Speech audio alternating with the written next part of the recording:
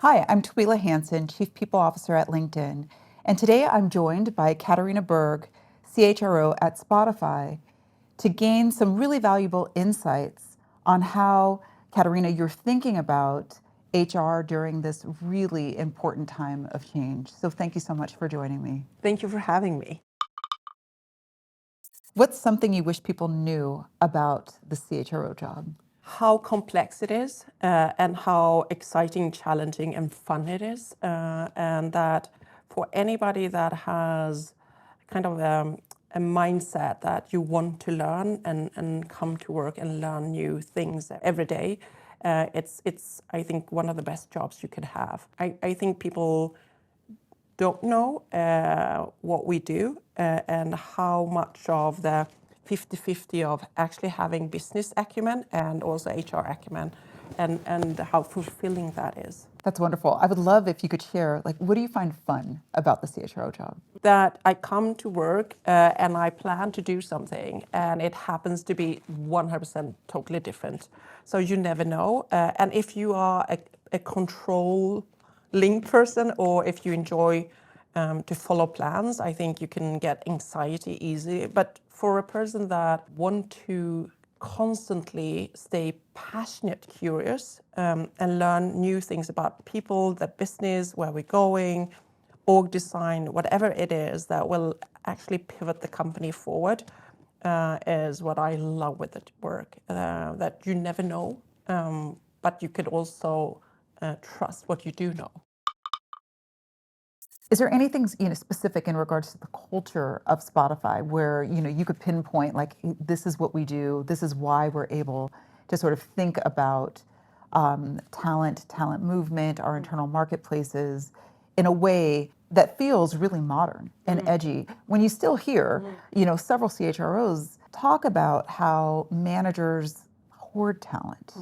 They sort of discourage people on their teams, especially the good ones, from going and seeking other opportunities. So is there anything special about your culture that you think this is the reason why we're able to do it? I think collaboration is one of the things that we have cracked in the country of Sweden, because otherwise we wouldn't be able to compete. We need to learn faster than the world is changing, and then trying to bring people on the narrative. So we usually use niche a bit internally, where we say, hey, you might not like the change or the decision or the new policy or whatever it could be. But what we promise you, because change is changing or change is the only constant, it is that we will explain to you, you will understand why we're doing it. So we owe it to you to talk about the narrative. It's not your talent, right? It's Spotify's talent. And the talent will leave the company to go somewhere else because, the walls and the floor and the ceiling was becoming a bit narrow. So trying to make sure that that internal mobility, together with something that we said from the get-go, we believe in homegrown and we're going to recruit from within. Doesn't mean that we don't need to add a system or bring in a specific kind of knowledge or skill set, but we want to do that. It keeps, the institutional knowledge going. It also makes us move much, much, much faster, and slow is as fast is as slow as we will move. At LinkedIn, we identified two core skills that we want across the organization. In order for us to build more acumen, it's really important that we focus on agility, right? Like everybody just understand that there are going to be those moments where we have to pivot. Sometimes we have to sprint. We might need to slow down. We might need to sunset something. The other skill that we want to make sure that we're all building across the organization, no surprise, is incorporating Gen AI in the flow of work. So those are the two focus areas, at least from a talent perspective, that we are supporting and providing resources across the organization. Is there one or two at Spotify that you're really focused on?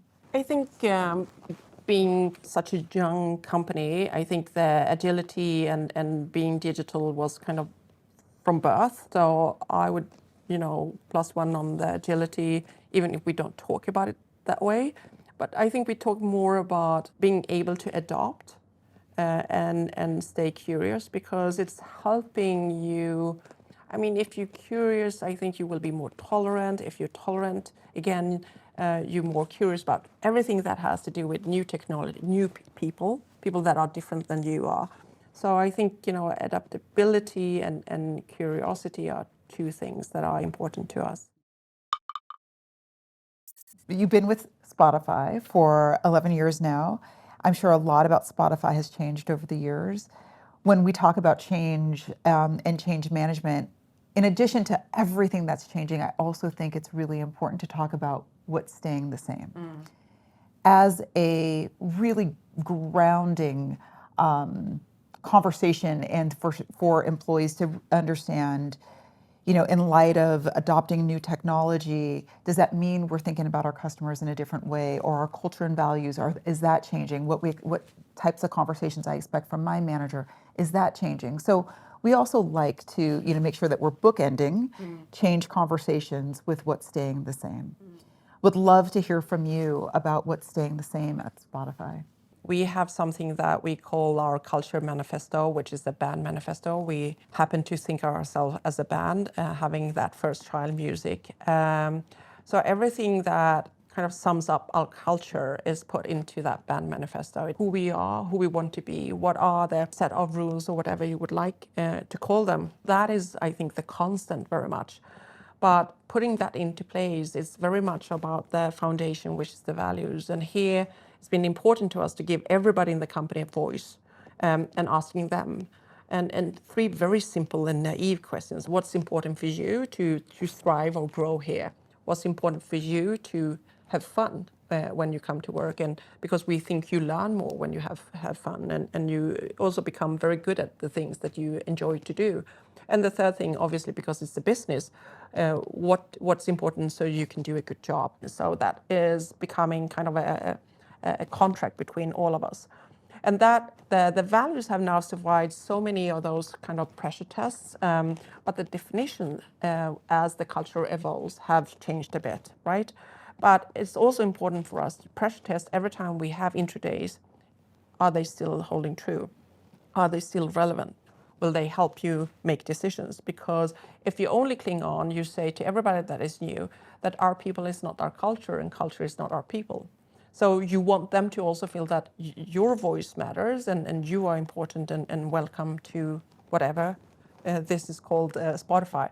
But you also want to say to the people that's been there for a long time that we're not going to just throw everything out and whatever you did does not matter for us either. So it's been very intentional how we build our culture, how we make sure that everybody has a voice, and also how we make sure that we evolve but not too fast. I love that. It's the really important tenet in design thinking to first go into a situation and to be just an observer and learn, understand, watch intently before you come up with any new ideas. So I love that you're applying those, core design principles into what it means to join and to stay at Spotify. That's really great. So one thing that I know that we share, in addition to our job title, is that we both share a passion for fostering a culture of belonging. What does a culture of belonging mean to you, and what are some of the things you do at Spotify to really make sure that everyone feels as though they belong? So I think one of the things that we decided from early stage on diversity, inclusion, belonging, or diversity, equity, inclusion, belonging is that obviously what you measure is going to be done. So diversity matters and it's important to get the numbers right. So how do we crack the code of becoming an inclusive and a truly inclusive organization? And that is so hard. And we said that will be what matters. But another way to describe it too, we stole with pride Renee's kind of description of, diversity is when you get invited to the party. And inclusion is when they play, when you are being asked to dance. Then we added, because we're a music company, belonging is when they play your song. So the feeling that we all want, like, I'm here, I have arrived, you see me, you hear me, but I also feel very confident, and also it's very, nice to be part of this organization. So we work very much with inclusion and belonging. Do we succeed on a daily basis? I don't think so. Do I think we have come a long way? Yes. Do I think you have to be very intentional with this work? For sure. Do I think it goes fast enough? No. Is patience my Olympic discipline? No, it isn't. But it's so hard. And if it wasn't, I think societies and countries and the world would look different. So why would it be easy for companies? It doesn't, but it's very center of what we try to do. I agree. We both have work to do there. Yes, we do. I love this concept of when they're playing your song. Just taking a little side turn here. What is the one song that you is your go-to song when you're getting ready to go on stage and give a presentation, or you're getting you need to get pumped up? What's your one song? So this is going to be it's a Swedish band, but they are on the platform, so you can go to Spotify, and they call The Knife, and it's The Silent Shout. That is my walk-on music on intro days. It's my walk-on music when we have anything internal. It's the one that kind of gets me ready. I really like it. But there's so much good songs, and it could be from day to day. And it's actually the reason why I joined Spotify, because I just signed on for another company when Daniel reached out for the first time. And fast forward, I'm not going to go through all the things, but what really made me sign, even if the timing was so off, was when he said, why wouldn't you like to be part of spreading the joy of music to the world? And there's nothing more true that any change, anything, any revolution, anything, it always starts with music. What's your favorite song?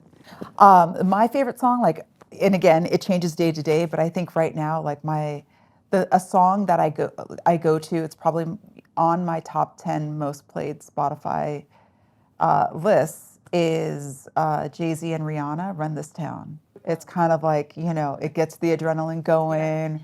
It kind of makes my shoulders go back, kind of, feeling a little bit more confident. We both know how critical good people managers are to the success of our organizations and people. How have you supported and unlocked the potential of people managers at Spotify? We did the same thing as we did with the values. We actually asked all our people, what are the traits you think a manager needs to be successful in Spotify today and tomorrow? And that is our leadership criteria. It's a profession to be a leader, and we're going to treat it like that. And you need to really lean in. And nothing is mandatory at Spotify, but your leadership training is. Because it's not just an investment in you, it's an investment in all our people, right? So you're such a big part of their day-to-day and their work environment that we're going to invest in you. So there is a lot of things that we do, big and small, to make sure that they can become the best kind of version at that time of being a manager, a leader at Spotify. The other thing that we also tell them, you at least at Spotify, your job is not to bring the calmness to the ocean. It's never been harder. It's never been tougher. It's never been more complex to be a manager, and therefore it's never been more fun. You matter, you are important, and the way that you kind of find your way of doing this, because it's not one size fits all, and the people that you will lead are also different. And I do have a lot of respect for people who opt out. Very, very helpful to know yourself in those moments when you're deciding whether you want to be a people manager or not. I think these moments when we're able to sit down, CHRO to CHRO, knee to knee, eye to eye, and share ideas, it makes us all better. And we find these opportunities to grow and learn. So I so appreciate you spending time with me. You've shared so many gems.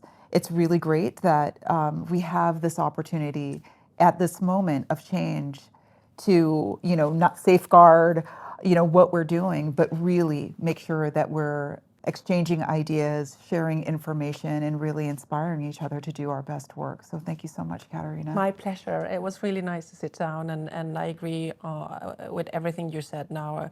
And I don't think you can mimic, right, culture or the way you do. So there's no reason not to be generous with sharing of your experience. And